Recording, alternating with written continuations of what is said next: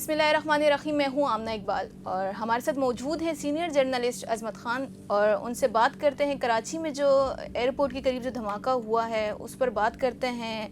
बहुत शुक्रिया सर आपके वक्त का, और इस बारे में कुछ बताइएगा कि ये जो धमाका हुआ है उससे मुतालिक आप क्या कहते हैं। बहुत शुक्रिया आमना आपका भी। देखें ये अभी ज़ाहिर है इस पर मज़ीद इन्वेस्टिगेशन चल रही है। अभी एक इंटरम जो है वो एक रिपोर्ट सामने आई है जिसमें उन्होंने बताया है कि बारूद जो है वो किस किस्म का इस्तेमाल किया गया और कितना नुकसान हुआ है, ये चीज़ भी सामने आ चुकी है।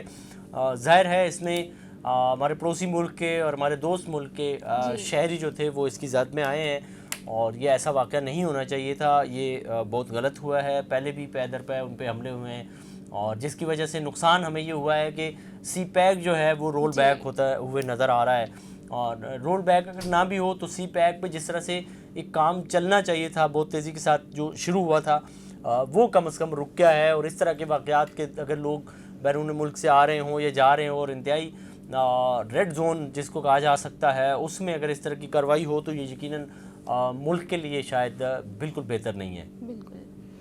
और सर इसके अलावा अगर देखी जाए तो पिछले महीने जो ये खबर आई थी, मुराद अली शाह ने जो है वो सेफ सिटी मंसूबा का ऐलान कर दिया था। उस पर अभी तक फुटेजेस सामने नहीं आ रही, ना कुछ पता चल पा रहा है कि कौन था इस सब में मुलव्विस, क्या था, कुछ भी नहीं। क्या कहते हैं आपका ये सवाल बहुत ही ज़बरदस्त है कि आपने एक वाक़े को इससे वो किया है।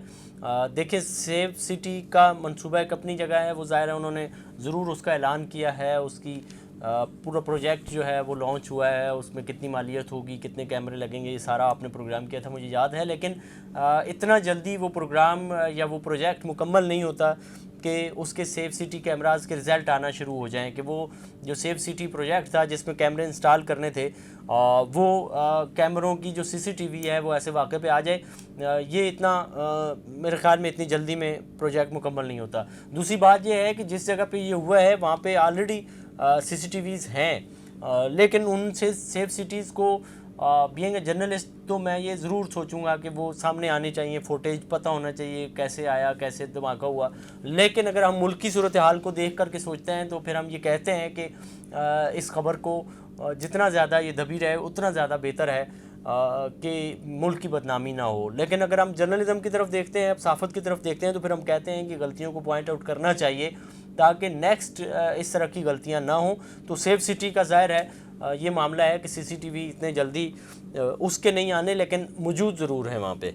लेकिन सर इतनी तेज़ी नहीं दिखाई जा रही जितनी तेज़ी जो है वो पीटीआई के लिए इस्लामाबाद में जो एहतजाज वगैरह उसमें जितनी अली अमीन गंडापुर के लिए जो फुटेजेस सामने इतनी तेज़ी दिखाई जा रही थी, अभी इसमें क्यों नहीं तेज़ी दिखाई जा रही। अली अमीन गंडापुर जो है वो तो एक खुद अदाकार है, बहुत अच्छा अदाकार है, लेकिन क्योंकि वो उसका कोई उस्ताद शायद उतना तेज़ नहीं है या वो पिकअप चीज़ों को उस्ताद की नहीं कर पाता, इसलिए उसकी अदाकारी थोड़ी सी नाकाम रही है।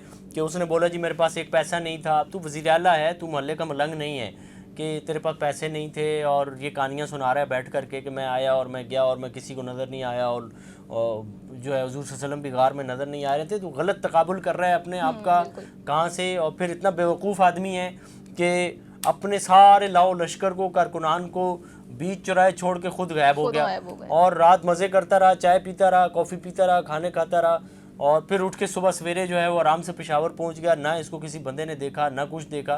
मतलब अजीब आदमी है ये तो दूर से पहचाना जाता है कि यार ये लिटों वाला आदमी कौन है, ये दूर से पहचाना जाता है। तो मतलब आप उसको झूठ देखें, कल मुलाजा करें असम्बली में और अभी मज़ीद मतलब उससे कहानी बन ही नहीं रही है अभी तक। तो कल एक जर्नलिस्ट ने उसको बड़ा मज़े का कहा कि यार मुझसे कहानी लिखवा लो पूरी, कि वो कहानी बयान करो जो सच तो लगे कम अज़ कम। तो मतलब वो अली अमीन गंडापुर की क्या कहानी बयान करें, मतलब वो मुझे नहीं लगता वो सीरियस आदमी है।